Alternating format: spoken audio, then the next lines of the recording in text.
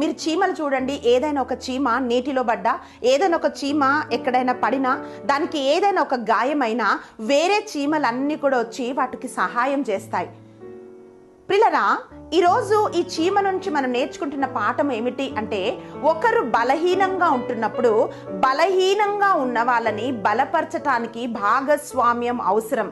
అందుకే ఉపదేశకుడు గ్రంథం 4వ అధ్యాయము 9-10 వచనాల్లో మనం చూస్తే, ఒక్కరిగా ఉండుట కంటే ఇద్దరుగా ఉన్నప్పుడు ఒకరు పడిపోతే ఇంకొకరు వారిని లేవనెత్తుతారు అని వాక్యం పలుకుతోంది. అవునండి, కుటుంబ జీవితంలో భార్య గాని భర్త గాని వాళ్ళు ఎప్పుడైనా బలహీనులుగా ఉంటే బలవంతులు బలహీనులని లేవనెత్తాలి.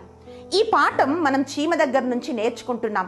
అలాగే రోమీలు రాసిన లేఖ 15వ అధ్యాయం 1వ వచనంలో మనం చూస్తున్నాము, మీరు బలవంతులని మీరు సంతోషపడక బలహీనుల బలహీనతలను కూడా మీరు భరించండి అని వాక్యం తెలియజేస్తా ఉంది.